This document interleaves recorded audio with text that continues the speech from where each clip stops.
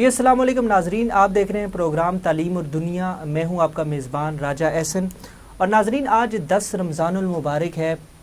اور آج حضرت ختیجہ سلام اللہ علیہا کا جو ہے وہ یوم شہادت بھی ہے. حضرت ختیجہ سلام اللہ علیہا وہ خاتون ہیں جنہوں نے خواتین میں سب سے پہلے اسلام کی بنیاد رکھی اور حضور پاک صلی اللہ علیہ وسلم کے ساتھ اسلام کی خدمات میں پیش رہیں. اس حوالے سے آج ہمارے اسٹوڈیو میں ہمیں جوائن کیا ہے مولانا قاسم جعفری صاحب، جو وائس پرنسپل ہیں جامعہ زینبیہ راولپنڈی کے. مولانا صاحب السلام علیکم، بہت شکریہ کہ آپ ہمارے شو میں تشریف لائیں. وعلیکم السلام ورحمۃ اللہ وبرکاتہ. میں بھی آپ کا شکریہ ادا کرتا ہوں کہ آپ نے ہمیں یہ سعادت بخشی کہ آج سیدہ ام المومنین بی بی ختیجہ سلام اللہ علیہا کے یوم وصال، یوم شہادت پہ مومنین سے، سامعین اور ناظرین سے کچھ کہہ سکیں. اچھا مولانا صاحب، سب سے پہلے ہمیں یہ بتائیے گا کہ حضرت ختیجہ کی کنیت اور لقب کیا ہے؟ بسم اللہ الرحمن الرحیم. محترم ناظرین، سامعین، سوال جو ہے وہ جناب سیدہ ختیجۃ الکبریٰ سلام اللہ علیہا کے متعلق ہے. سیدہ اپنے نام سے تعارف کی محتاج نہیں ہے. ہر مومن مسلمان جو بھی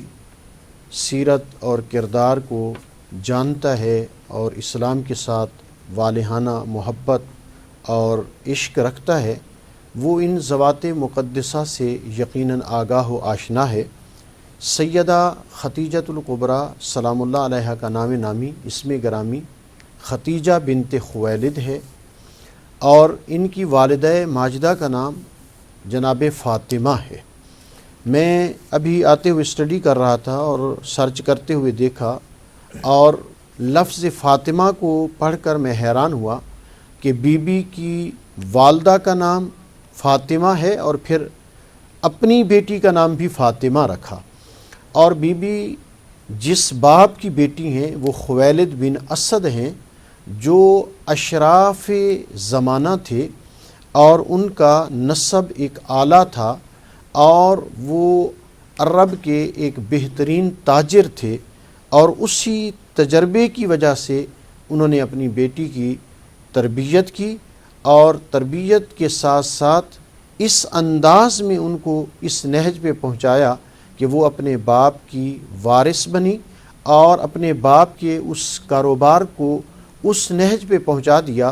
کہ عرب کی ایک عرب پتی بی بی بن گئی. ٹھیک ہے، تھوڑا سا مولانا صاحب گھرانے کے بارے میں بتائیے گا. جناب سیدہ ختیجۃ الکبریٰ سلام اللہ علیہا کا جو گھرانہ ہے، میں نے جیسا کہ پہلے عرض کیا کہ وہ نسب کے اعتبار سے اشراف زمانہ تھے اور لوگ قحط سالی میں اس گھرانے میں آتے تھے اور ان کے بابا جناب خویلد بن اسد جو ہیں وہ وسیع دسترخوان بچھاتے تھے،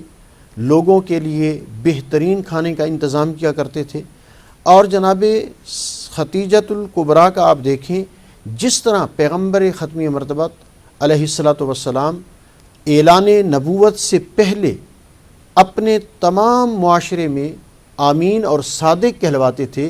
جناب سیدہ ختیجۃ الکبریٰ شروع ہوئی سے اتنی پاک بعض بی بی تھیں کہ بی بی کو لوگ طاہرہ کے لقب سے پکارا کرتے تھے. اور یہ طاہرہ کا لقب جو ہے جناب سیدہ ختیجۃ الکبریٰ کا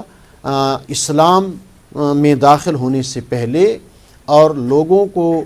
اسلام کی طرف رغبت دلانے سے پہلے لوگوں کا طاہرہ کہہ کر پکارنا اس بات کی دلیل ہے کہ اس گھرانے کی شرافت کتنی عظیم تھی اور وہاں پہ اخلاقیات کو کتنا ملحوظ خاطر رکھا جاتا تھا اور وہ قرب الہی کے لیے کتنے بہترین احکام کو بجا لایا کرتے تھے. اچھا مولانا صاحب یہ بھی بتائیے کہ حضرت ختیجۃ الکبریٰ کا جو ہے حضور پاک صلی اللہ علیہ وسلم سے رشتہ ازواج جو ہے اس کے بارے میں بتائیے گا کیسا تھا، اور اس حوالے سے تھوڑا ہمارے ناظرین کو بھی بتائیے. خوب جی، سب سے پہلے تو میں یہ عرض کرنا چاہوں گا کہ یہ بات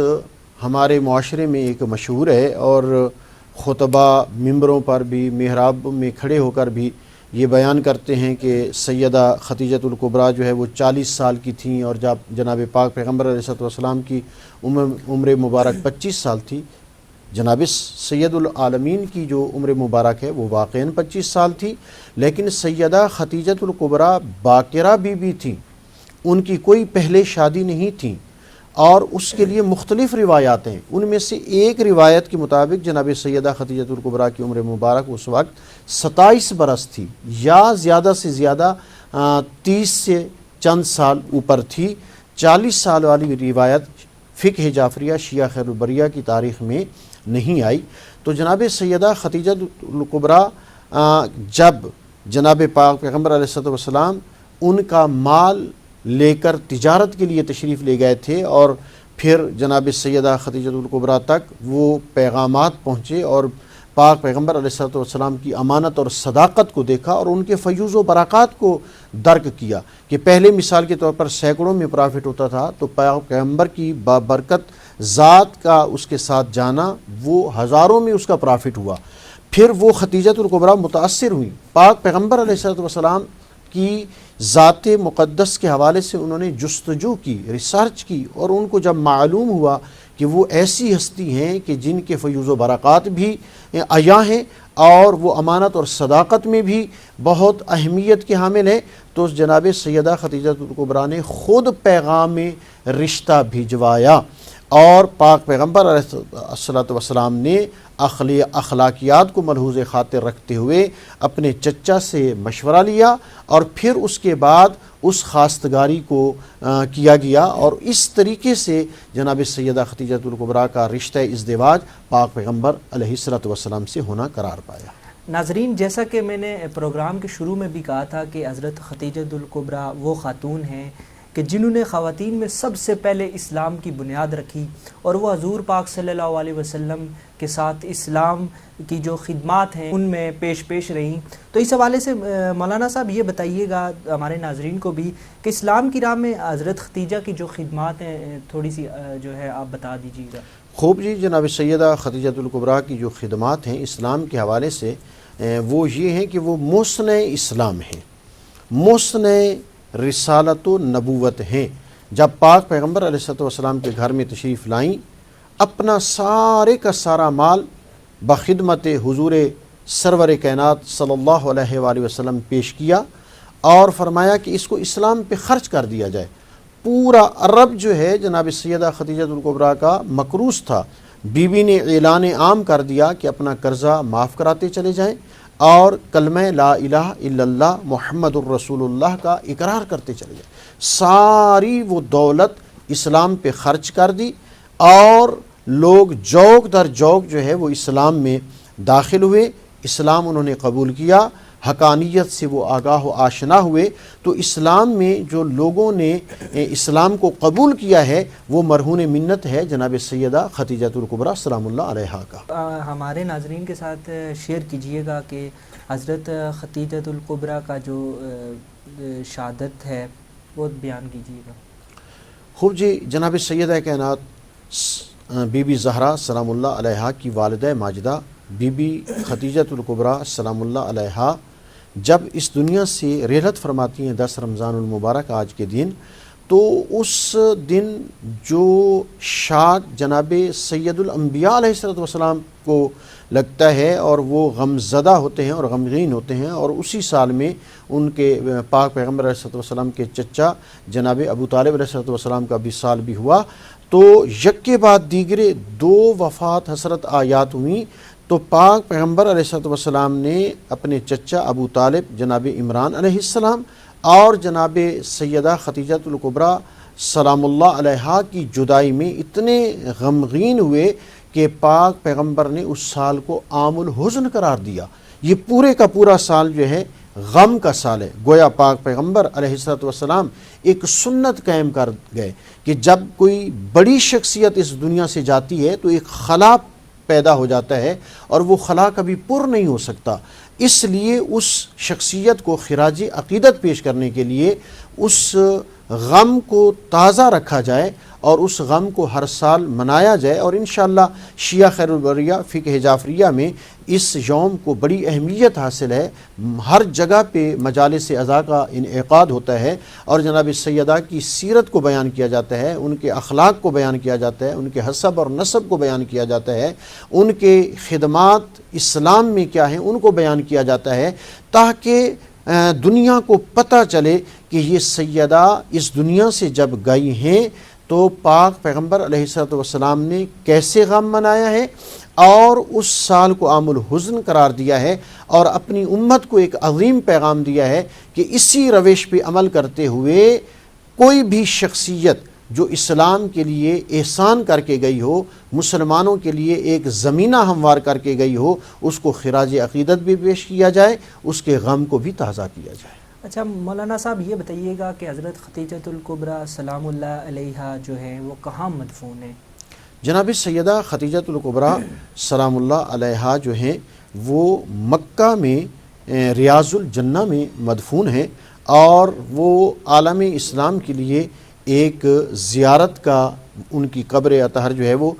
درجہ رکھتی ہے، اور ہمیں اس بات کی طرف متوجہ ہونا چاہیے کہ جب ہم حج کے لیے جاتے ہیں یا عمرہ کے لیے جاتے ہیں، ام المومنین بی بی سیدہ خدیجۃ الکبریٰ سلام اللہ علیہا کو خراج عقیدت پیش کرنا چاہیے اور ان کی قبر کی زیارت کرنا چاہیے، وہاں پہ دعا و مناجات کی جائیں، اور انشاءاللہ بی بی کے صدقے دعائیں قبول ہوتی ہیں۔ اچھا لاسٹ سوال ہے کہ حضرت خدیجۃ الکبریٰ کے کتنے بیٹے اور بیٹیاں تھے؟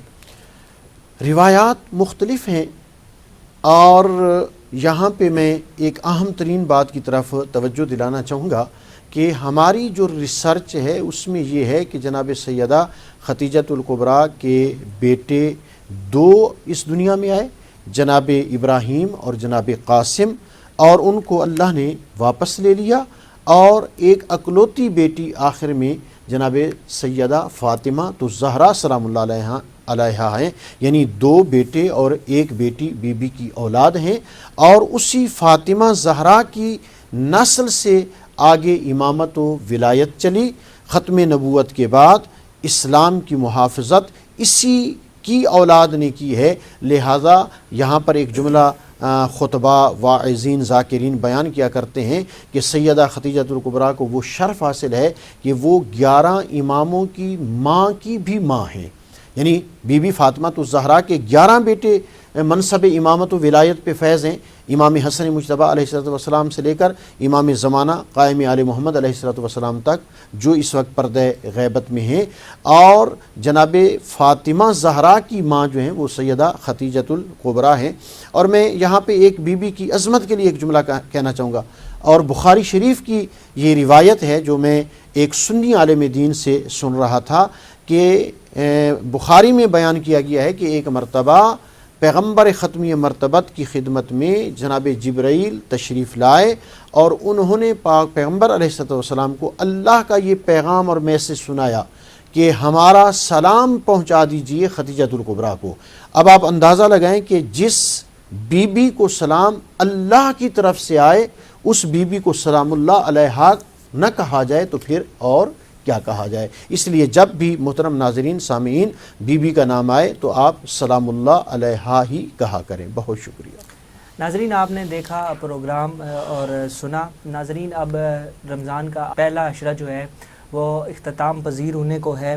اللہ پاک سے دعا ہے کہ اللہ پاک ہمارے جو گناہ ہیں اس رمضان کے صدقے اور اس پہلے عشرے کے صدقے معاف فرمائے اور ہم سب کو اسلام پہ چلنے کی توفیق عطا فرمائے۔ انشاءاللہ نیکسٹ پھر آپ سے کسی اور ایپیسوڈ میں یا کسی اور نشست میں ملاقات ہوگی۔ اپنا خیال رکھیے گا۔ خدا حافظ۔